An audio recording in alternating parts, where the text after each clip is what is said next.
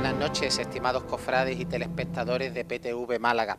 Nos encontramos en la jornada del Jueves de Pasión, víspera del Viernes de Dolores, último de nuestros programas de Sentir Cofrade antes del comienzo de la Semana Santa, y nos encontramos en la Casa Hermandad de la Archicofradía del Santísimo Cristo de la Expiración y María Santísima de los Dolores Coronada para mostrarles un monográfico especial dedicado a la dolorosa perchelera, en el cual analizaremos su vertiente devocional, artística, histórica y patrimonial.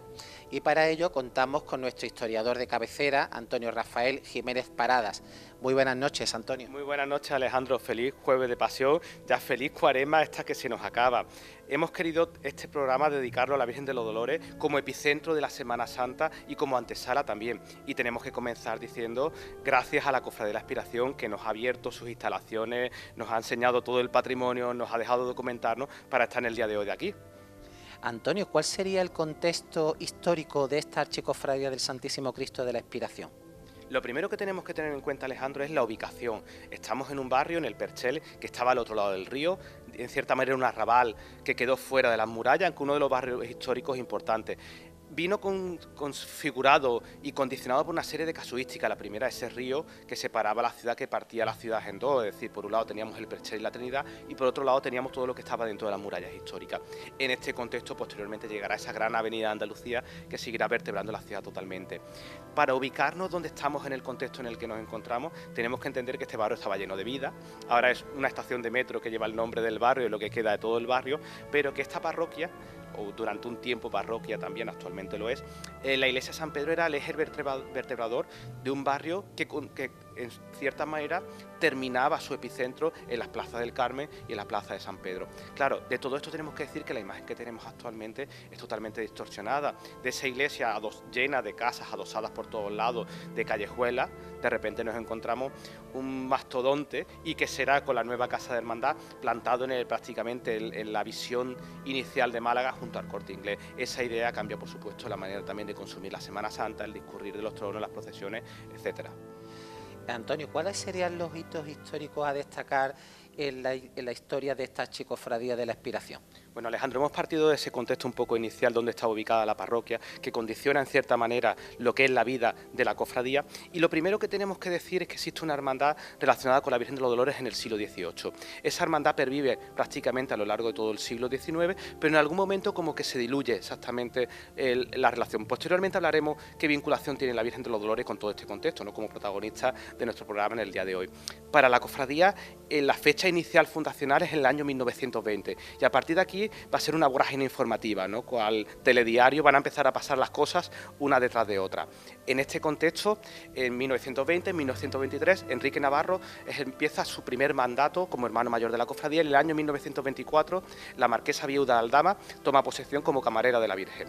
Y a partir de aquí siguen contándose las noticias. A la Virgen se le incorpora un palio, que será una de las grandes novedades de la Semana Santa, que ya sabemos que históricamente las vírgenes malagueñas no tenían palio. Había pasado el palio de la Esperanza y ahora tenemos el palio de la Virgen de los Dolores. Llegaremos a los años 30 en un periodo muy bueno para la cofradía. Posteriormente vamos también a la oportunidad de mencionar la labor que hizo Enrique Navarro en la Constitución, en la idea, porque al final tenemos que hablar que la Cofradía de la Expiración es una idea, ¿no? Pero en este avatar histórico llegamos al año 30 y al año 31, y será un año capital no solo para la ciudad de Málaga, sino para la Cofradía de la Expiración. Se pierde el Cristo, pero se salva la Virgen, y se salva además las manos de la Virgen, y ojo, se salva gran parte de la Cofradía de la Expiración. Dentro de lo mal que fue para todas, aquí en cierta manera terminaron bastante bien, porque gracias a esa salvaguarda del patrimonio constante que tenía la cofradía, los tronos estaban perfectamente almacenados, con lo cual se salvó el trono del Cristo y se salvó el trono de la Virgen, se salvó el palio, se salvó el manto, se salvaron al menos 2 sayas, una ráfaga antigua. Es decir, que dentro de lo que pudo hacer en el contexto fue un periodo bastante interesante para tener en cuenta. A lo largo de esos años tenemos varias idas y venidas, porque la cofradía pide refugiarse en la catedral un poco, como buscando un sitio donde poder estar seguro en ese contexto revolucionario, y desde allí va el Sagrado Corazón, luego terminan los mártires, etcétera. En el proceso que llega del 36 al 39, la cofradía vuelve a salvarse, en el sentido que pusieron un interés especial en que la Virgen, ya venían asustados de la situación anterior, la Virgen se conservó especialmente, se apartó del culto para salvarla, un poco viéndola venir, ¿no? En este contexto, de nuevo, cuando ya empieza la Guerra Civil, muy poco tiempo después, prácticamente en el año 38-39, la cofradía está haciendo estación de penitencia de nuevo en la calle. En el año, ya en esa década de finales de los 30, pasará uno de los grandes hitos de la cofradía, que será la incorporación de la Guardia Civil como hermano mayor. Todo esto orquestado por la figura de Enrique Navarro, que viene a ser la mente intelectual hasta principios de los años 80, y una mente holística, porque entendió la cofradía como un conjunto patrimonial, como un conjunto ceremonial, como un conjunto escénico en la calle, ¿no? En todo este contexto, la vorágine informativa continúa, porque a pesar de que la Virgen ya, por ejemplo, tenía un palio, se empieza a trabajar posteriormente en lo que será el conjunto procesional de la salida. Pero entre medias pasa algo muy importante. En el año 39, habíamos perdido el Cristo anterior, se busca un nuevo Cristo, que este debería ser el definitivo. Termina el encargo que recae en las manos del escultor Mariano Benlluरे, el gran escultor del contexto, junto con José Capuz, Juan de Ábalos, etc. Curiosamente, por ejemplo, no se busca un Cristo de Palma, que ya venía siendo uno de los más afanados en el contexto, pero ese Mariano Benlluरे ya mayor termina siendo este magnífico crucificado, que es el definitivo que se quedó en la Cofradía de la Expiración. Inmediatamente se le hace el trono, y en este contexto, poco después, empiezan a pasar más cosas. Llegarán las obras de la capilla, la reforma de la iglesia, porque estaba en un estado totalmente ruinoso. Llega toda la vorágine de lo que es proyectar la cofradía en su plenitud, proyectar el trono, y empiezan a un poco los acontecimientos a distanciarse en ese sentido. En algún momento en este periodo se funda también la cofradía sacramental. Como seguimos avanzando en el tiempo, empezaremos a tener aniversarios, y quizás en un periodo ya mucho más cercano tenemos que mencionar, por supuesto, la coronación histórica de la Virgen de los Dolores en el año 88, que fue 86, que fue pionera en este contexto, porque posteriormente llegaron el resto de las coronaciones que pasaron en la provincia de Málaga, la de la Esperanza y las dos coronaciones canónicas de la Virgen de la Paz y la Virgen del Socorro. Y posteriormente, bueno, pues tendremos aniversario y llegaremos a encontrarnos la cofradía tal cual la conocemos en el contexto actual.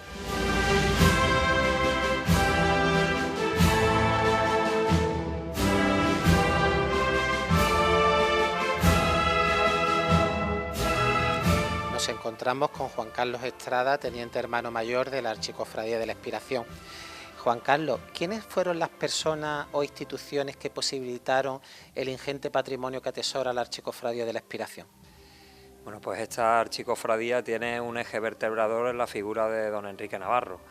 Don Enrique Navarro, bueno, pues durante ese largo mandato como hermano mayor de la archicofradía supo acompañarse de distintas instituciones y de distintas personas que van a ser claves para entender la evolución de esta hermandad. Don Enrique, hay que tener en cuenta que él era una persona que había llegado de Vélez, Málaga. Don Enrique nace en 1897 y es uno de esos jóvenes aprendices que entran en el comercio, a trabajar en el comercio de nuestra ciudad, ¿no? Fijaros que tuvo que ser una persona con grandes habilidades sociales, también con grandes habilidades empresariales. Nos fijamos ahora en esa parte social, porque tan solo con 26 años empieza a ser hermano mayor de esta archicofradía. Nos podríamos hacer la pregunta, ¿no? Si hoy en día asumiríamos a un joven de 26 años, llegado en este caso de un pueblo, como es el caso de Vélez, Málaga, llegado a la ciudad con 14, 15 años, ¿no?, que en tan solo una década se acaba convirtiendo en un referente dentro de una institución religiosa como es el caso de la Expiración, ¿no? Y como decíamos, él supo acompañarse de instituciones y de personas que van a favorecer lo que nosotros hoy concebimos y entendemos y conocemos como la Archicofradía de la Expiración. En primer lugar, cuando él llega al cargo de hermano mayor, se acompaña rápidamente en este camino de la marquesa viuda de Aldama, de María Cecilia de Cuba y Erice.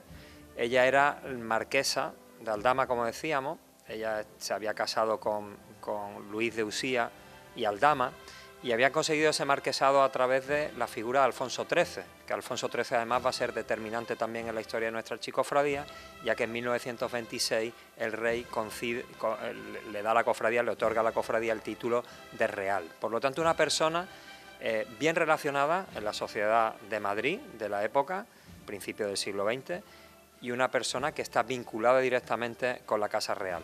Y va a ser la marquesa además, como camarera honoraria de nuestra titular Mariana, de la Virgen de los Dolores, una de las grandes impulsoras de compilar, de poder hacer un ajuar importante para nuestra imagen, para la imagen de la Virgen de los Dolores.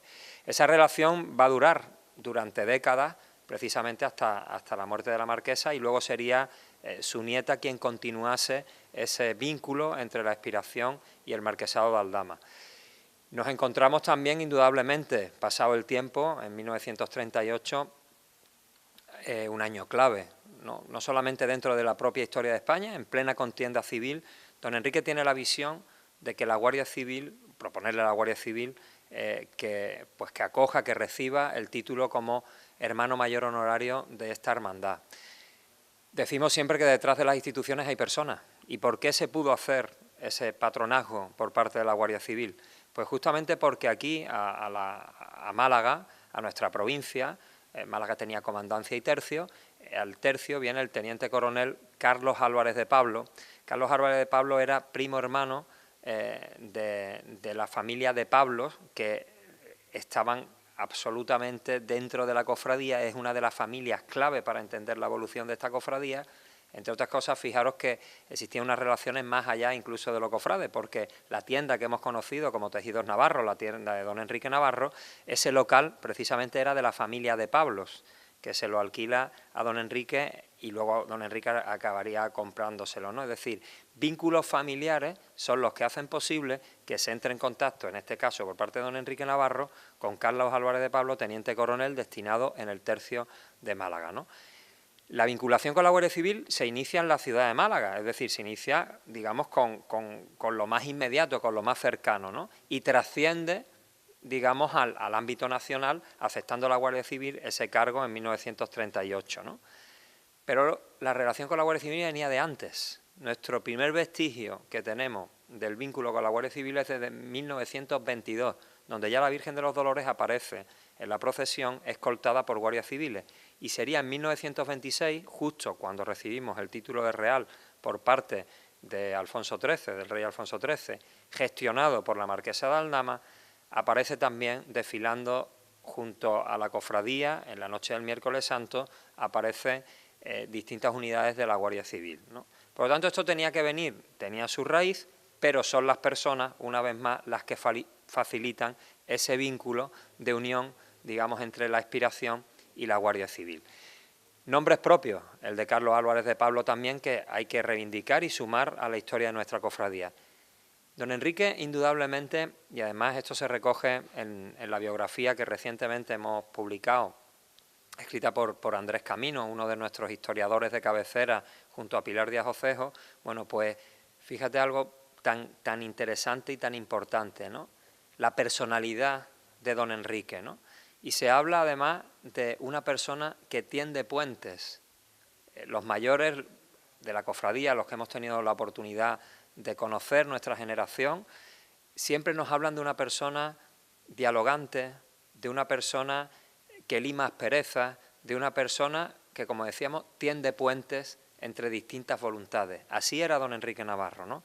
Y en ese tender puentes y en esa capacidad también de ser acompañado en su toma de decisiones, aparecen una serie de personajes indudablemente trascendentes, no solamente para la Archicofradía de la Expiración, sino para la Semana Santa de Málaga. Uno de ellos es Rafael Alfonso. Rafael Alfonso es quien cambia absolutamente la manera de vestir a las imágenes marianas en nuestra ciudad. Rafael Alfonso era una persona que procedía de Álora, él era hijo del sacristán de la Iglesia Mayor de Álora, una persona con enormes conocimientos dentro del mundo del arte. Él había sido cantante de ópera, había incluso llegado a cantar en la Scala de Milán, por lo tanto era una persona que tenía una sensibilidad, un estudio importante, ¿no?, sobre la música, sobre el arte, había vivido fuera de España en aquella época. Estamos hablando de una posguerra, ¿no?, que en nuestro país había dejado una huella imborrable para nuestra historia, pero que también hacía que aquellas personas de nuestro país que salían fuera, cuando volvían, pues traían todo aquel legado cultural que ellos habían ido compilando, ¿no? Y en este caso él es una persona además que se relaciona con la aristocracia, ¿no?, y que indudablemente pues tuvo un acceso, digamos, a conocimiento, un acceso a determinadas expresiones y representaciones artísticas que van a ser fundamentales para nosotros, ¿no? Otra persona vital es José Vizcaíno, ¿no? Sin lugar a dudas uno de los grandes bastiones de nuestra archicofradía, también ciertamente desconocido, pero fíjate, una persona vinculada con la Hermandad del Huerto también, con la Concepción, y un hombre que va a ser determinante en nuestra cofradía, porque es alguien que desde esa sensibilidad también por el arte, por la belleza, con don Enrique, por ejemplo, hacían unos viajes, al terminar la Semana Santa, ellos hacían un viaje siempre buscando lugares, exactamente, fuentes de inspiración, lugares que visitar, lugares que nos aportasen desde el punto de vista cultural, desde el punto de vista artístico. Por lo tanto, don Enrique tuvo esa capacidad de aunar voluntades, de aunar instituciones y de saberse acompañar por personas que tenían ese conocimiento y esa sensibilidad para poder lograr este patrimonio que tenemos hoy en día y que disfrutamos todos los malagueños. Otra figura también clave, hablando de la vinculación que tuvo la Archicofradía con la Guardia Civil, fue la figura del director general don Camilo Alonso Vega, ¿no? Don Camilo Alonso Vega va a ser absolutamente también determinante, y va a ser determinante porque él, que parte al principio de una relación un poco convulsa incluso con la cofradía, ¿no? Él viene, pensad que don Camilo Alonso Vega era pues un general del ejército, además de origen gallego, había vivido la guerra intensamente, una persona austera, una persona muy seria en sus principios, y don Camilo es alguien que cuando llega por primera vez a la cofradía, acompañar, presidiendo el cortejo el miércoles santo, bueno, pues don Enrique, que cuando se despedía la Guardia Civil, la representación oficial se iba en el Málaga Cinema, que estaba en la Plaza Uncibay, en la actual Plaza Uncibay, bueno, pues don Enrique con toda su buena voluntad se acerca, ¿no?, a decirle, pues bueno, don Camilo, ¿qué tal?, ¿no?, siempre indudablemente esperando una respuesta positiva, ¿no?, y don Camilo le dice que, bueno, que aquello realmente no era lo que él esperaba, que cómo era esto de que los nazarenos andaban, pero el trono no se había levantado, que no llevaban el paso. No, él tenía un concepto un poco, pues bueno, desde una visión militar de lo que tenía que ser casi como un cortejo absolutamente castrense, ¿no? Y entonces ahí don Enrique, con su habilidad social, con su habilidad de ser capaz, ¿no?, de escuchar, ¿no?, que tanto nos cuesta no solamente en este momento social, sino que tanto muchas veces ha costado en las hermandades escuchar a los demás para poder construir entre todos, ¿no? Bueno, pues con ese espíritu, a la mañana siguiente don Enrique era citado por el general don Camilo Alonso Vega para abordar aspectos que se podían mejorar en la procesión de cara al siguiente año, ¿no? Y entonces don Enrique atentamente, yo tuve la suerte de que todas estas cosas, además me lo contaba, esta anécdota, Manolo Rodríguez Alcover, que es uno de los grandes cofrades expiracionistas que hemos tenido la oportunidad, nuestra generación, de convivir y de disfrutar de sus enseñanzas y de su experiencia, pero contaba que don Camilo empezó a todo lo que tenían que corregir, ¿no? Era, pues nada, los nazarenos tienen que ir al paso, esto no puede ser, cuando los tronos se levanten tienen que ir todo el cortejo se tiene que mover a la vez, parar a la vez, ¿no? Entonces, bueno, don Enrique pacientemente lo apuntaba todo, ¿no? Y entonces cuando terminó le dijo, don Camilo, vamos a intentar pues mejorar todos esos aspectos que usted nos sugiere. Y don Enrique tuvo la visión de entablar una estrecha relación con la mujer de amistad, ¿no?, una relación de amistad con la mujer de don Camilo Alonso Vega, con doña Ramona de Bustelo, ¿no? Bueno, pues doña Ramona es la que realmente le hace ver a don Camilo que la Semana Santa de Andalucía, que la Semana Santa de Málaga, pues tenía una serie de matices, que esos matices se alejaban probablemente de conceptos castrenses, pero que de verdad aquí había una religiosidad y había un sentimiento que don Camilo acaba acogiendo. Y lo acoge tanto, ¿vale?, que no solamente él se implica en la vida de la cofradía y en el patrimonio, fíjense una cosa, ¿no?, que es que el manto se hace en el año 55, se encarga en el 54, se termina en el 55 por los talleres de Elena Caro, y es un expreso deseo de don Camilo Alonso Vega, porque como saben es un regalo de la Guardia Civil, y es un expreso deseo suyo que se hiciese, porque entonces el general Franco le dice, bueno, la Guardia Civil ya ha acabado tu tiempo como director general, que sepas que, bueno, cierra tu etapa porque de alguna manera esto ha terminado ya, y él tiene ese deseo personal de que no quiere irse sin que quede completo el conjunto del trono de la Virgen, el palio y el manto, ¿no?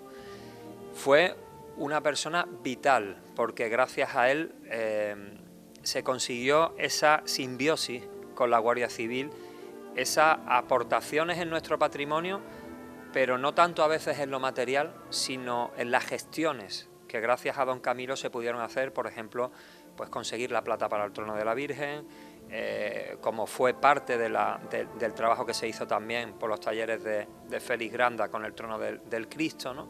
Y detrás de eso, fíjate Alejandro, qué interesante, ¿quién estaba como nexo de unión también? Carlos Álvarez de Pablo, el teniente coronel que había estado al frente del tercio de Málaga y que en el año 38 es cuando se une la Guardia Civil y la Aspiración. Carlos Álvarez de Pablo va destinado, después de estar en Málaga, a la Dirección General de la Guardia Civil.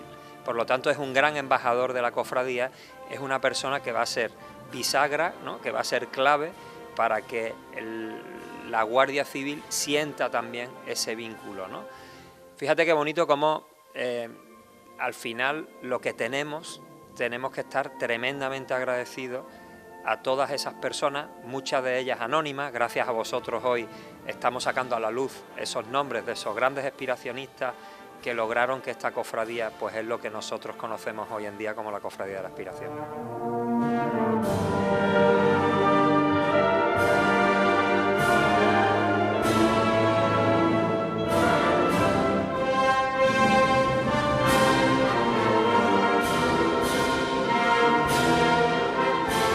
Nos encontramos en la sala de junta de la Archicofradía de la Aspiración, en un edificio que ejemplifica el fin de un ciclo patrimonial que comienza en el año 1942 con la hechura de la imagen del Cristo de la Aspiración, obra de Mariano Benlliure, ¿no, Antonio?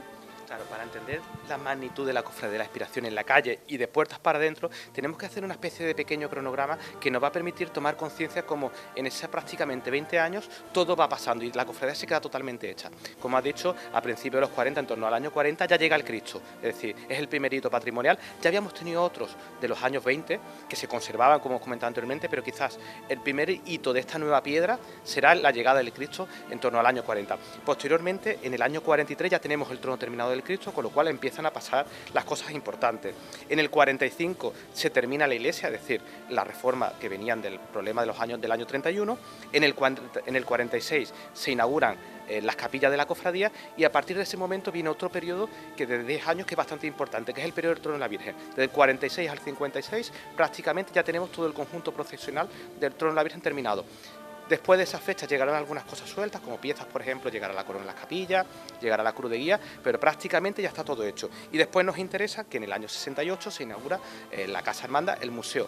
El concepto es muy simple, tenemos ya creado todo el patrimonio, gran parte del patrimonio, necesitamos un gran conjunto para guardarlo.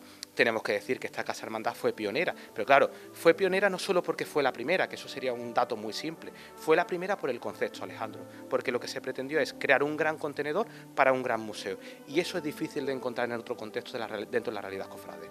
Además sabemos que era una casa hermandad que no solamente servía como para salvaguardar el patrimonio, sino que también tenía una labor social. Había unas escuelas incluso en la parte alta de este edificio. Claro, en ese concepto de entender las cosas de una manera más amplia, no nos cansaremos de mencionar esa visión holística que tenía Enrique Navarro para entender todas las cosas unidas. La cofradía era importante, pero teníamos que tener un barro que la sostuviera, por lo menos para sacar los tronos. Y en esa conciencia se busca, por ejemplo, atraer a los pequeños. ¿Cómo? Pues montamos una escuela. Hubo otras muchas cuestiones, porque, por ejemplo, para levantar la Casa Hermandad y para levantar las capillas hubo que mover a personas, se compraron casas en otros sitios para ubicar a las personas. Es decir, en ese concepto de unicidad estaba todo, era parte integrante del barrio. Claro, un barrio que ya se estaba desmoronando totalmente y la Cofradía de la Aspiración, este museo, se convirtió en el gran contenedor para recoger el patrimonio de la cofradía y para recoger un barrio entero.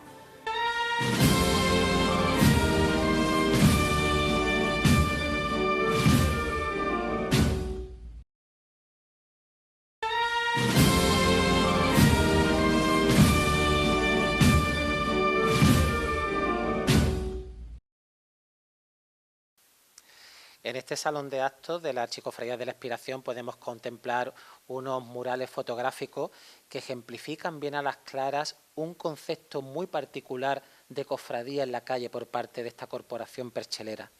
Qué interesante, Alejandro, lo que estás comentando, porque claro, cuando pensamos en la Cofradía de la Expiración, hemos trazado ese recorrido histórico que nos ha permitido un poco mantener todos los hitos patrimoniales, pero claro, la cofradía también se piensa no solo como un hito patrimonial, sino que se piensa también la calle como un todo, y ese todo es la seña de identidad, la marca de expiración. Es decir, cuando hablamos de la Semana Santa de Málaga caben muchas cosas, pero hay un punto aparte que siempre la Cofradía de la Expiración. ¿Por qué? Porque entendemos que la Cofradía de la Expiración es un museo en la calle por la unicidad del conjunto, a nivel de diseño, de calidad, de técnica, etcétera, pero después tenemos que hablar de la puesta en escena, de la impecable puesta en escena. Claro, el patrimonio en este sentido también nos está dando un mensaje, nos está diciendo que la cofradía es grandiosa en todos los sentidos. Una buena puesta en escena nos habla de una buena coordinación, de un buen equipo, es decir, de una mente pensante que está entendiendo que el momento álgido de la cofradía es en la calle, es ese miércoles santo, con lo cual todos tenemos que estar a la altura.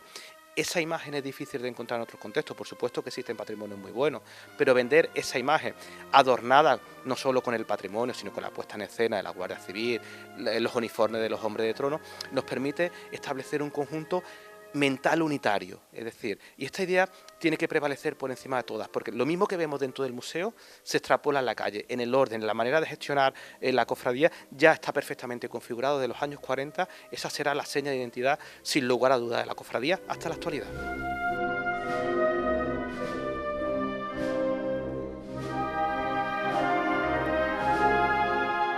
Habría que destacar, Antonio, la política de conservación del patrimonio que ejerce esta archicofradía, ¿no? Totalmente, Alejandro. Vamos a enlazar con el concepto que hemos mencionado anteriormente. Una vez que se crea el gran contenedor, ya está la cofradía formada y prácticamente llega a poco patrimonio en un intervalo de los 70, 80, aunque sí que se van incorporando piezas, pero lo grande ya está hecho.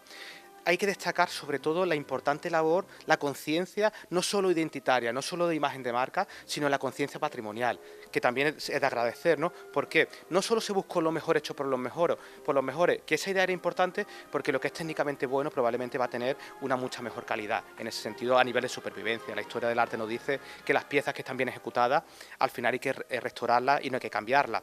En doble concepto, en calidad y sobre todo en ejecución, ¿no? Esto se aplica perfectamente a donde nos encontramos en la actualidad. Desde que se configura este valor identitario de la cofradía, de la marca Expiración en la calle, también hay una idea muy clara. Necesitábamos el gran contenedor que era el museo, es decir, una gran cofradía necesita un gran patrimonio, ya tenemos el patrimonio, necesita un gran espacio, ya lo tenemos también. A partir de este momento hasta la actualidad, digamos que todas las personas que participan en esta cofradía un poco están orquestadas para que el patrimonio esté en perfecta armonía. Desde vestidores, albaceas, el tipo de cera que se utiliza, el tratamiento que reciben los tejidos, todo está pensado para que este patrimonio siga viviendo por lo menos otros 100 años. ¿Qué importancia tiene, Antonio, la cruz guía de la archicofradía para conocer el contexto del conjunto procesional de María Santísima de los Dolores? Un caso bastante importante, porque esta cruz de guía, a pesar de que en ese arco de fechas que nosotros hemos venido mencionando, se hace posteriormente a la fecha del trono, porque el trono se termina en 1956, y esta cruz de guía se hace en 1957, pero para nosotros es muy interesante porque vamos a poder ejemplificar cosas que vamos a ver después. En la cruz de guía se resume de manera muy clara todo el ideario de la cofradía, por lo menos el que no visible, porque tenemos ese concepto de la cofradía como una cofradía barroca, pero esta cruz de guía nos está contando otro tipo de cuestiones. ¿Por qué? Es una cruz de guía realizada en plata, totalmente en plata de ley. No es, bueno, es un error decir el término plata de ley, toda la plata es de ley, tiene que ver con el quilataje, ¿vale? Pero ¿por qué nos interesa la cruz de guía desde el punto de vista de la decoración? Porque vemos parte del repertorio ornamental que encontramos en el trono, lo vemos repartido aquí, especialmente la idea del grutesco renacentista, los candelieres y las cartelas de cuero recortado, que ahora cuando eduquemos la mirada y estemos cerca del trono, vamos a ver que de repente nuestro trono, gran trono barroco de María Santísima de los Dolores, de repente es un trono en plena armonía con el manierismo, con el renacimiento italiano.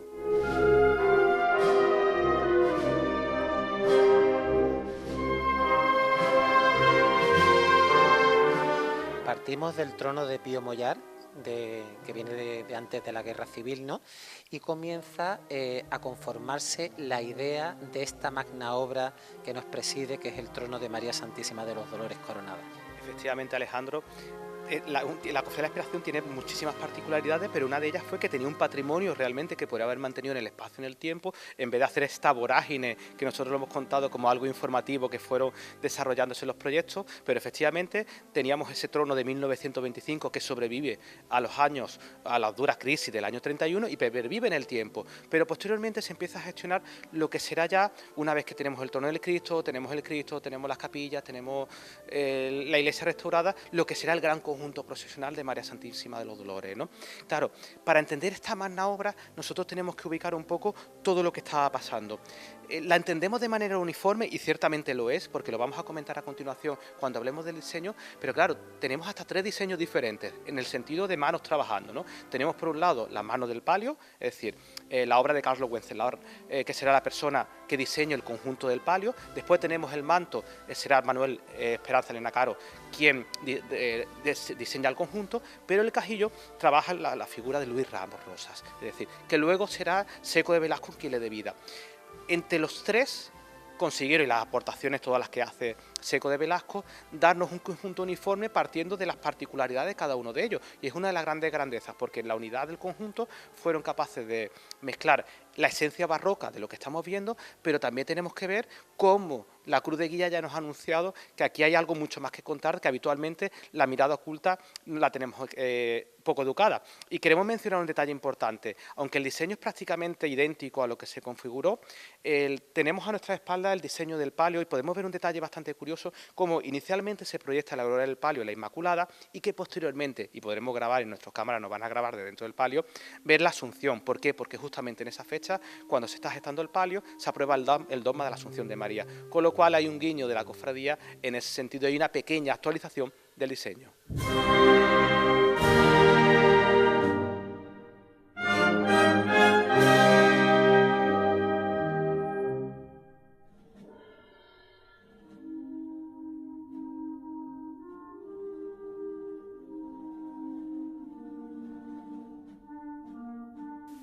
¿Qué podríamos señalar, Antonio, sobre el cajillo procesional del trono de María Santísima de los Dolores Coronada? Alejandro, lo primero que queremos poner de manifiesto es que para desglosar la grandiosidad de este paso de palio lo vamos a hacer un poco por partes, ¿no? Queremos contarle el detalle, queremos ir a lo mínimo, es decir, a la expresión mínima de obra artística, y nosotros lo vamos a un poco ir desglosando una por una, ¿no? Con respecto a este cajillo, lo primero que tenemos que aclarar es que es lo primero que llega. Veníamos de ese palio antiguo, de ese cajillo de Pío Mollar del año 25 que pervive.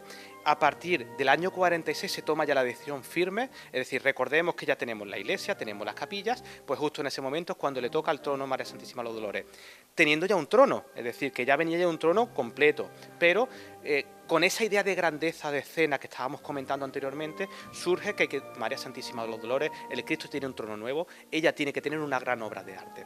En este contexto, en el año 46, se dan las primeras pinceladas para que este cajillo sea una realidad en el año 50. En este periodo de tiempo, cuando el cajillo llega ya en el año 50, se le adapta el palio que la cofradía conservaba, que había sobrevivido, que actualmente es el que presenta la Virgen del Gran Poder de la Cofradía del Chiquito.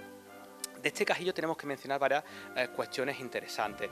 Es invariable, es decir, que es la misma idea que se proyecta desde el principio, no ha sufrido ningún tipo de modificación hasta el contexto actual. Es un cajillo realizado en plata.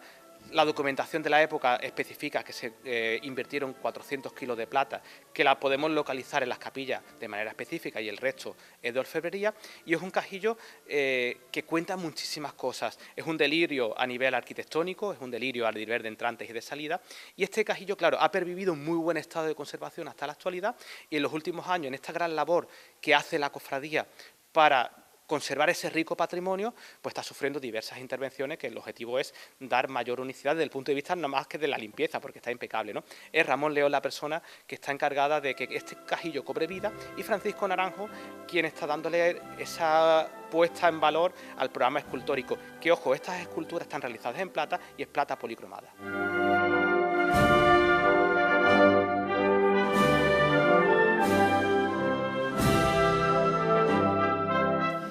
Y hablamos ahora del estilo artístico que conforma este trono procesional de la Virgen de los Dolores Coronada. Alejandro, queremos manifestar de nuevo nuestra gratitud a la Archicofradía de la Expiración que nos permita grabar este lujazo de plato que podemos ofrecerle a nuestros espectadores. Tenemos una posición privilegiada desde la que habitualmente no se ve el trono y bajo esta posición nos permite una mirada atenta de entender el trono en la Virgen de los Dolores en su plenitud más extensa. El trono tradicionalmente se entiende como un conjunto barroco y ciertamente lo es, y especialmente lo que tiene que ver en el diseño arquitectónico de entrante y saliente, es el juego de luces infinitas, pero claro, este universo barroco convive con otro tipo de cosas, ¿no? ¿Qué tendríamos barroco en el trono? Pues por supuesto la planta, la forma, los entrantes y los salientes. En las capillas constituyentes del trono que tiene a lo largo de todo el juego, vemos la parte, digamos, más barroca del trono. ¿Por qué? Porque encontramos estas columnas salomónicas que podemos observar, que están inspiradas probablemente en el Sagrado de la Catedral de Sevilla, que además fue el primer momento en España cuando se detectan las primeras columnas salomónicas dentro de la historia del arte español, ¿no? Estas columnas que además alternan entre el tono de la plata y el oro y que son torchas. Recordemos que estas capillas están realizadas en plata, ¿vale? Si subimos un poco más arriba, claro, empiezan a pasar cosas. Vemos de repente un frontón partido, que ese frontón partido vendrá del estilo renacentista, especialmente del manierismo, ¿no? Pero claro, como en este trono están pasando más cosas, si continuamos un poco más arriba podemos ver en la parte superior estos pequeños remates, que además están realizados con pequeñas costillitas que vemos en la parte inferior del trono, que vienen del lenguaje manierista, es decir, esto es escorial, depurado, tamizado bajo la mirada, que tenemos 400 años después, pero convive en ese lenguaje donde la hojarasca llena el trono entero a otro tipo de cuestiones. ¿Qué más hemos incorporado dentro del repertorio manierista? Por ejemplo, vemos en esta pieza, aquí unas pequeñitas cardelitas de cuero recortado, esto viene de la escuela de Fontainebleau en Francia, y las encontramos en muchos sitios, ya las vimos, por ejemplo, también en la Cruz de Guía, ¿no? Podemos ver allí estas pequeñas piezas, podemos ver la idea del grutesco, que conocíamos ya también la Cruz Guía, es decir, estamos hablando de un repertorio renacentista y esa evolución al manierismo, ¿no? Y algunas ideas más que nos da, es muy interesante mencionar, por ejemplo, esta pieza que estamos viendo aquí, esta cadeneta, que son como unas tornapuntas, dos tornapuntas unidas. ¿Por qué? Porque vienen a enlazar con todo el conjunto. Esa cadeneta es la misma que podemos encontrar en el palio y que continúa por las barras del palio. Es interesante porque, como hemos mencionado anteriormente, el conjunto está diseñado por tres manos diferentes, pero tiene elementos que nos enclavan, nos dan una continuidad en el discurso, ¿no? Esa cadeneta que no se puede ver de aquí, damos fe que continúa por las barras del palio, se extiende por todas las bambalinas y cuando llega al techo, a la gloria, enmarca. Es decir, uno de los grandes aciertos de este palio, de este conjunto, es que a pesar de lo recargado, la vista descansa. No es un todo continuo de hojarasca, todo está perfectamente definido, todo está perfectamente enmarcado. Claro, nos permite descansar la vista y tener una visión muchísimo más amplia. Por supuesto, tenemos que mencionar el efecto tan artístico que coincide, la alternancia de la luz con los oros y la plata.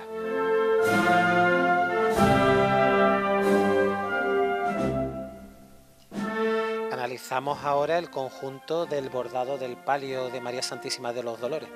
Bueno, Alejandro, hemos dicho anteriormente que la Virgen de los Dolores se ubica en algún punto intermedio entre el cielo y la tierra, y nosotros podemos afirmar a nuestros espectadores que estamos en ese cielo que cubre a la Virgen de los Dolores, el Archicofradía de la Expiración, este cielo malagueño que bordaron los talleres de la Esperanza Elena Caro para ella, con lo cual tenemos una visión totalmente inédita y totalmente privilegiada. Es difícil poder encontrar un plano del tipo que le estamos ofreciendo en este contexto, ¿no? Por hacer memoria, tenemos que recordar que este palio lo diseña el pintor Carlos Fuencerrada Chamorro, y se borda también los talleres de Esperanza Elena Caro. A nivel de fechas será en el año 51 cuando ya se decide que se va a ejecutar el palio, y posteriormente se termina en torno al 54-55, es cuando tenemos el techo totalmente terminado. Nos faltará para el conjunto el manto. Algunas cuestiones a nivel de diseño. Podemos ver de nuevo ese orden geométrico que hemos comentado, esa cadeneta que se extendía por el techo de palio, que continúa por las bambalinas y que va bajando por toda la barra del palio hasta desarrollarse en su plenitud en el cajillo.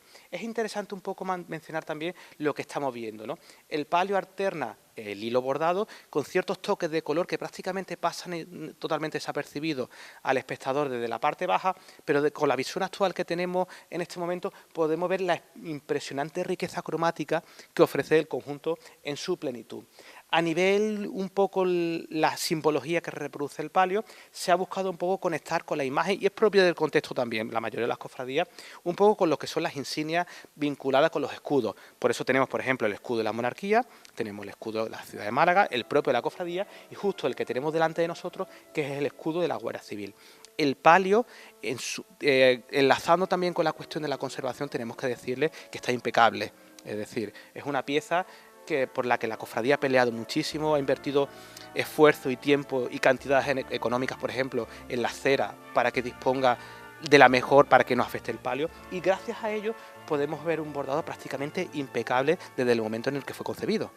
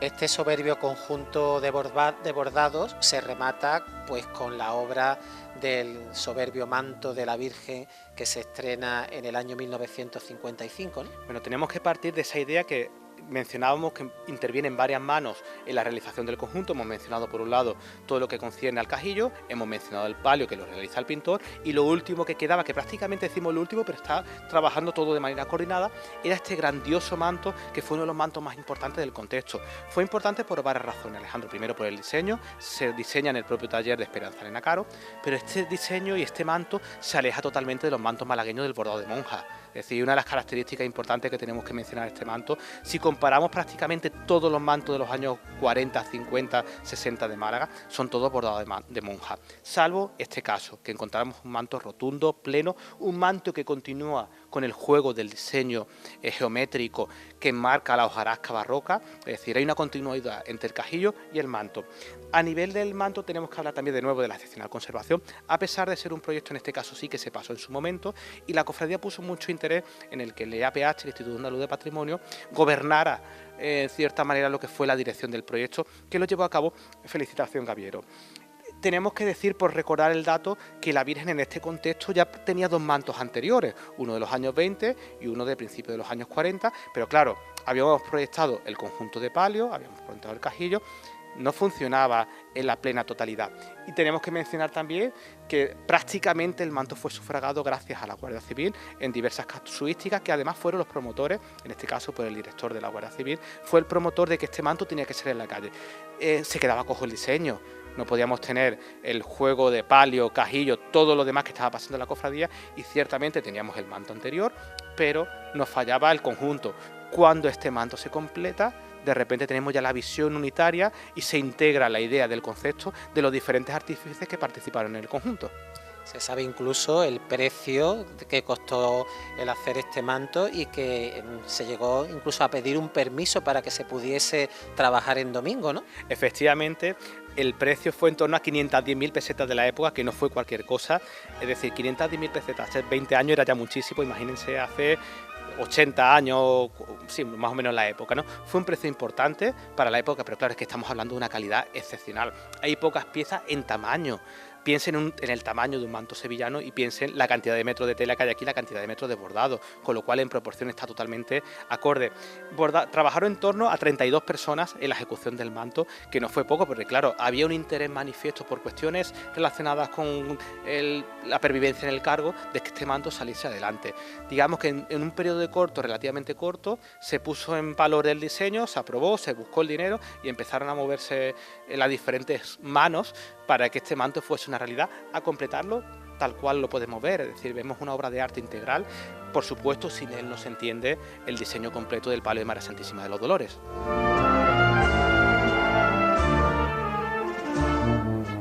Nos encontramos con Juan José Torres Vera, vestidor de la imagen de María Santísima de los Dolores coronada desde el año 1983.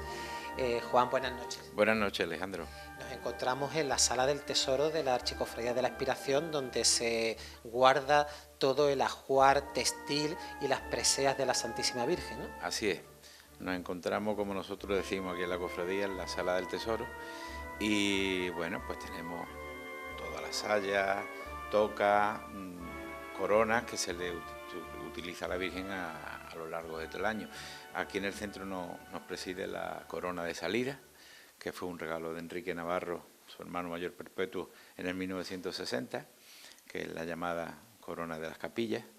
Y después tenemos, pues, en aquella zona de allí, pues 3 magníficas sayas, entre ellas la de Esperanza Elena Caro, la que está en el centro, que es de Manuel Mendoza, que se utilizó para el 25 aniversario de la coronación canónica de la Virgen, que va sobre soporte textil de tisú de oro, que es fantástica, y también otra gran saya allí de tisú de plata de Marifeli. La toca, también del taller de Manuel Mendoza, y después aquí tenemos una serie de rosarios antiguos, piezas antiguas, que a lo largo de los años se le ha ido regalando a la Virgen a nivel devocional.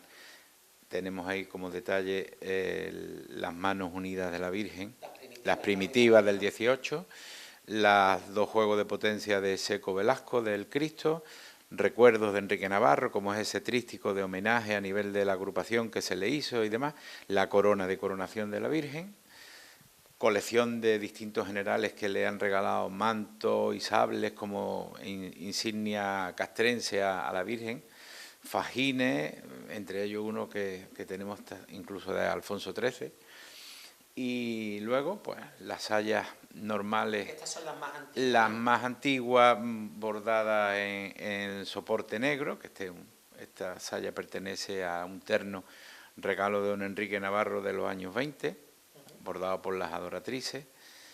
Aquella también bordada de la adoratrice, que hace juego con el manto anterior al actual manto.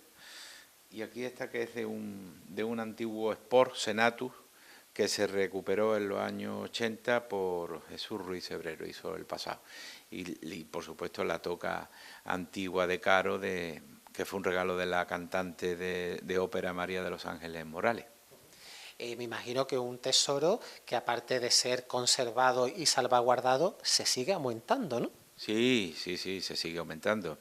Hay proyectos que ya oficialmente se irán diciendo que se van a incrementar a nivel de presea para la Virgen en este año, y después también hay una filosofía de mantener, digamos, increciendo el ajuar bordado, de bordado a la Virgen, para que la Virgen luzca de bordado todo el año. El concepto que se tiene es, bueno, pues completar una serie de ternos o mantos de distintos colores que nos faltan para que la Virgen esté en su camarín durante todo el año de bordado. Sí, ahora comprobaremos en la capilla que la Virgen porta un terno morado, bordado, ¿no? Y aparte también se le ha hecho hace escaso tiempo un manto burdeos, ¿no? Sí, la Virgen, bueno, se le hizo una donación de un terno morado para Cuaresma. Quitamos esa manera de estandarizar los arreglos en Cuaresma de brea, y bueno, pues se tomó la filosofía de que la Virgen tenía que estar de reina todo el año con el color litúrgico de la época de Cuaresma, que era el morado. Y fue una donación, tanto el manto a juego con la saya, ¿no? Fueron 2 piezas de una donación de una familia de hermanos de la cofradía. Y bueno, y ahora tenemos también el manto burdeo, de unos bordados del 18 en oro de ley, tipo rocallitas estrechas y con mucha muestra armada, en lo que es la vista del manto, muy bonito, unos bordados de un paño antiguo, un frontal de altar antiguo que se compró. Y ahora estamos en mente con un manto blanco para verano, y estamos en mente también con un terno azul para Inmaculada.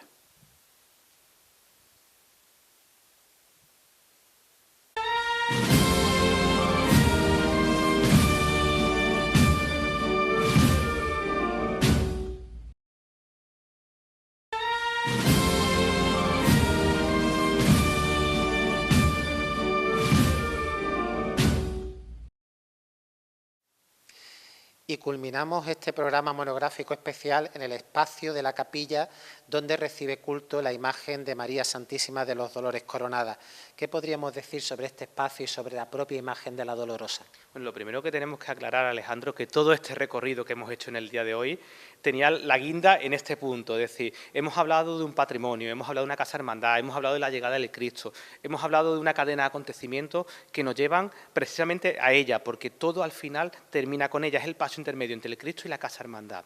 De la Virgen de Dolores tenemos que contar muchas cosas y además, próxima a su festividad, vamos a tener la oportunidad de verla en todo su esplendor, primero en el Viernes de Dolores y posteriormente la veremos en todo su esplendor en ese maravilloso trono que podéis comentar, ¿no?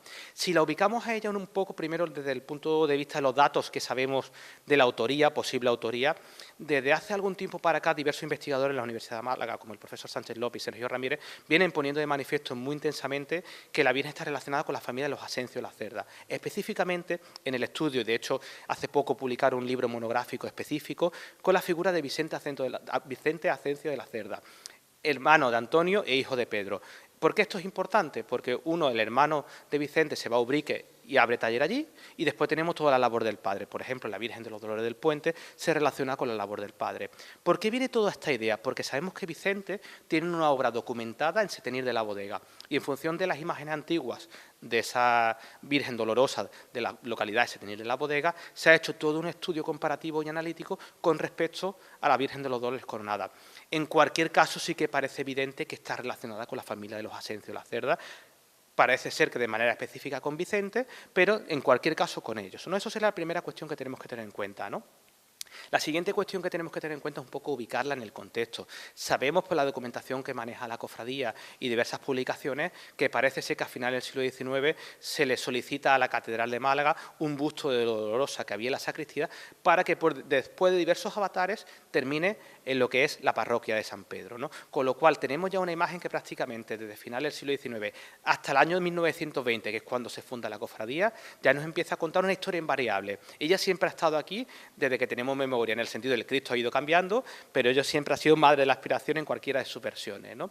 En esta idea de 1920 tenemos que aclarar, claro, es una imagen que en algún momento indeterminado de final del siglo XIX se le había acoplado un candelero, ¿vale? Y cuando la cofradía en esta puesta en valor que comienza en justamente la fecha de su fundación, digamos que tiene la primera intervención, no es importante en el sentido, pero sí conllevó un acrecentamiento de una imagen que tenía ya su tiempo, ¿no? A partir de aquí los acontecimientos un poco se empiezan a suceder con respecto a ella, ¿no? Se conservaban también unas manos antiguas orantes. Recordemos que ella es una campeona, es una superviviente porque sobrevivió a los avatares del 31 y que con mucho celo posteriormente la cofradía la puso a buen recaudo, viéndola venir con la guerra civil, la salvó en ese sentido. Lo mismo que el Cristo se volvió a perder, ella en ese sentido, como en la idea de la cofradía siempre ha existido que perviva a lo largo del tiempo. La Virgen tuvo varias intervenciones, esa primera que hemos dicho de Francisco Palma García, pero posteriormente fue el propio hijo Francisco Palma Burgos el que intervino también a la Virgen de los Dolores, y además él reconoce la labor del padre, ¿no? De ella en general, aparte del paso del tiempo, tenemos que mencionar que está impecable en el sentido de que la misma imagen que podemos ver en las fotografías antiguas, con ese sabor añejo que encontramos, lo disponemos en la actualidad, ¿no? La última restauración que recibió la imagen, que la devolvió a todo su esplendor, fue las imágenes o la intervención que pudo realizar el Instituto de Patrimonio de la Junta de Andalucía. Muy bien coordinado de la Junta de Andalucía, se tomaron una serie de decisiones por parte de la cofradía, por las personas que estaban relacionadas, por recuperar a la Virgen en todo su esplendor. Y pudimos ver esta policromía que es exquisita, ¿no? Como ya sabemos todo, la Virgen fue coronada canónicamente en un contexto que vino a ser el revulsivo para todo lo que pasó después, y ella es la gran depositaria de este ingente patrimonio que nosotros le hemos querido contar a los malagueños. Y me gusta decir, Alejandro, ahora para terminar nuestra intervención aquí, cuando se habla del minimalismo en la historia del arte, se dice que es algo que se inventa en Estados Unidos, exactamente. A mí me gusta decir que el minimalismo se inventó con la Virgen de los Dolores de la Expiración, porque no se puede contar más con menos. Tiene una limpieza de forma, no hay recursos de más, no hay cejas de más, no hay cejas levantadas, no hay encaramiento, no hay dolor de más, está todo en su justa medida, es decir, es el minimalismo escultórico en su plena esencia. Otro rasgo también a significar es el juego de manos dialogantes que tiene la Dolorosa, que fueron guiadas por el imaginero Antonio Eslava, que también intervino a la Virgen en 1978, ¿no? Claro, las que estamos viendo ahora es un juego La Virgen dispone de otro juego de manos anteriores y tenemos que decir que el sabor añejo de las manos antiguas, quizá una imagen que cada vez nos cuesta un poquito ver más, pero que por ejemplo en la cofradía tuvo a bien ponérselas cuando vino de la intervención, que la Virgen se estableció, la pudimos ver en su plenitud. Y quiero también un dato porque es importante, porque denotó muchísima valentía. Pudimos ver los informes de restauración de la Virgen de los Dolores y no pasó nada. Es decir, al contrario, cuando vimos esas maravillas de fotos que publicó el IAPH en los informes, de repente pudimos ver una Virgen en su plenitud total, no necesitaba nada más, ¿no? Hay otras cofradías que tienen miedo de ese tipo de cuestiones, y hay de recalcar que la cofradía de la Aspiración en ese sentido fue con todas las consecuencias. Es decir, si hemos llevado una intervención que creemos que es la más justa en el momento, no podemos ocultar lo que hemos hecho, ¿no? Y el informe pone de manifiesto las texturas, la exquisitez que podemos encontrar en la Virgen de los Dolores, y como decías, la pudimos ver también con esas manos orantes en ese contexto.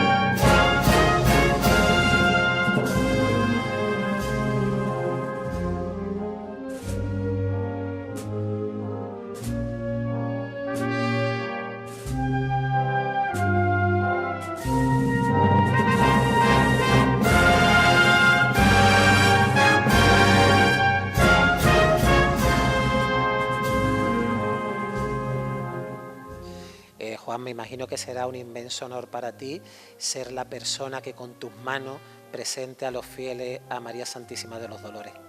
Pues mira, la verdad es que sí, un honor, y sobre todo ya es como una cosa como familiar, es algo, un vínculo ya muy grande, ¿no? Ten en cuenta que yo desde 1983... Serías muy joven, ¿no? No te voy a decir la edad, pero sí, era muy niño. Desde el año 83 estoy vistiéndola, que vine para vestirla precisamente para el quinario, porque la persona que tenía esa responsabilidad antes era Salvador López Palomo, maravillosísima persona, y su mujer Lola la recuerdo con un cariño enorme, era como si fuera algo de la familia. Y ese señor tuvo un problema de salud, un problema de estómago y demás, el hombre ya no podía, tener un tema de quebrasía y demás, no podía subir arriba. Y desde aquella fecha pues estoy vistiendo a la Virgen y bueno, un que otro lapsus, pero vaya, hasta el día de hoy ya son, me parece, 42 años.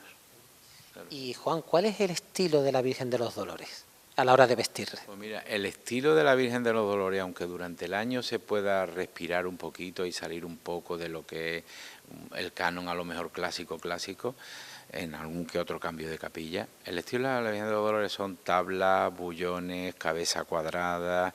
Eso fue la impronta que yo le he visto en todos los arreglos más importantes de la Virgen por parte de Rafael Alfonso García Hidalgo, que fue el vestidor de ella desde los años 40 hasta 1962. Y la verdad es que es una impronta que ella tiene, sobre todo los cruzados en el pecho. Alguien hablaba que había un cruzado en otras provincias, que se estaba haciendo un canon, que eso era de ella. No, mire usted, cuando esa imagen en los años 40 y tantos salía, no salía con ese cruzado, salía de otra manera. Y ese cruzado lo llevaba ya la Virgen de los Dolores, porque lo tenemos incluso en la foto y en la encuñación de las medallas de hermanos, que va la Virgen con ese cruzado en el pecho. Pues esa es la línea de la Virgen de los Dolores. Es bordado, esplendorosa, con nada de inventos, con un canon ya estipulado, no por mí, sino por un señor anterior que yo lo considero que fue un genio en la revolución de los arreglos y demás, y yo lo que he intentado es pues asimilar o refrescar un poquito aquellos arreglos, ¿no? Pero yo considero que esa es la manera de presentar la Virgen a Málaga, a sus devotos y a su cofradía. ¿Y cuáles son las preseas imprescindibles a la hora de presentar a María Santísima de los Dolores? Me imagino que el puñal será uno de los elementos más característicos, y las joyas también, que tienen muy buenas joyas la Virgen de los Dolores. Sí, mira, el canon de la Virgen siempre ha sido su puñal, porque es como el escapulario a la Virgen del Carmen. La Virgen de los Dolores, si no va con puñal, no acompaña, digamos, la simbología a la advocación. El tema de enjollamiento, pues sí, era una de las características importantísimas de la Virgen de los Dolores. La Virgen de los Dolores tiene buenas piezas, muchos regalos de devotos que le gustan que la Virgen lo luzca, y sobre todo el miércoles santo, ¿no? O en un besamano. Pero, bueno, hay una tendencia de poner un poco más minimalista el pecho de la Virgen en los últimos años. Bueno, pero yo sigo diciendo que el canon de la Virgen es enjollada con todas sus piezas, con todas sus joyas, con su corona de salida, que es la de las capillas regalos de don Enrique Navarro, del 1960, o su corona de coronación en cualquier culto solemne de la capilla, y la Virgen con su anchura bien estudiada, ni en exceso, ni que se te quede pequeña, y bueno, y cómo se presenta la Virgen de los Dolores, como dice todo el mundo. La Virgen de la Aspiración siempre ha ido esplendorosa, y además que es un canon que se debe, yo quiero que poquito a poco se vuelva a recuperar, sobre todo el enjollamiento de la Virgen. Otro elemento también muy característico, sobre todo en las grandes solemnidades, es que siempre la Virgen lleva un fajín, de los amplios números de fajines que tiene, ¿no? Sí. Un fajín de teniente general, de capitán general, de general de brigada, y tiene hasta incluso un fajín, regalo de Alfonso XIII, a un ayudante de campo que tenía. Este señor con el tiempo llegó a general, vaya, se jubiló, y cuando se jubiló el regalo de que le había hecho Alfonso XIII se lo regaló a la Virgen. De hecho, el fajín en las borlas lleva la A y el número 13 el número romano. Y también es significativo que siempre procesiona con sayas claras, ¿no? O blancas o de tisú claro, sí. Aunque hay proyectos también de hacerle sayas en otro color para la procesión, con el tiempo, ¿no? Pues tiene 4 sayas estupendas, 4 sayas magníficas, la hemos visto en el Tesoro. Tiene la de Carrasquilla, de la década del final de los... No, del entorno de los final de los 40 y principios de 50. De Carrasquilla, que es la única pieza que hay en Málaga de los talleres de José Guillermo Carrasquilla. En tisú. Después tiene la de Esperanza Elena Caro, del 1972, que fue regalo de Almudena de Usía, la camarera mayor entonces. Después tiene la saya que se le hizo para el 25 aniversario del taller de Manuel Mendoza, que es una joya en tisú de oro, es fantástica, y al mismo tiempo ese año también se le hizo la de Felicitación Gaviero sobre soporte de tisú de plata. O sea, son 4 sayas impresionantes que tiene la Virgen de salida. Pero sí es cierto que hay un color precioso que combina maravillosamente con el negro, que es el burdeo. Oye, no sabemos, sabrá Dios. Si ella quiere lo tendrá. El tiempo es mucho tiempo por hacer, por culminar y por completar todo eso, que en eso estamos, en completarle el ajuar de bordados para el culto interno, no solamente la salida. Durante todo el año la Virgen plena de bordados en la capilla. Y bueno, ya para finalizar, Juan, aquí en este privilegio que estamos de estar junto a la Madre de los Dolores, nos gustaría que tú despidieses este programa monográfico especial dedicado a la señora, ¿no? Pues, y que animes al pueblo de Málaga en estas vísperas del Viernes de Dolores a que participen tanto de la festividad de la Virgen como de ya nuestra reciente Semana Santa. Claro, yo mira, desde este Santa Santorum de la Cofradía de la Expiración, nunca mejor que a los pies de la Madre, pues me gustaría invitar a toda Málaga, lo primero que el Viernes de Dolores venga y vea cómo la Virgen, de una manera más sencilla, más cercana, se pasea por su barrio, ¿no? Que es un motivo, aunque la Casa de Hermandad la tenemos aquí cerca, pero es un motivo de que la Virgen se acerque a su barrio o lo poquito que queda de barrio. Y después, como no, el miércoles santo, invitar a Málaga entera a que la contemple, tanto a su Cristo de la Aspiración, que es su hijo, como a ella, por las calles de Málaga, por el recorrido de retorno, de ida, por el oficial, por donde buenamente la pueden ver.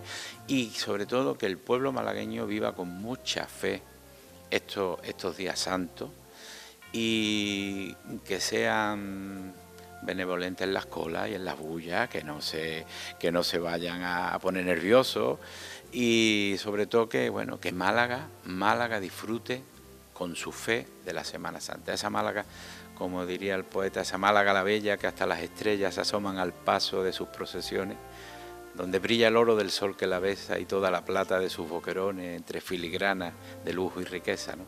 Pues a esa Málaga que disfrute de esa gran solemnidad que es su Semana Santa.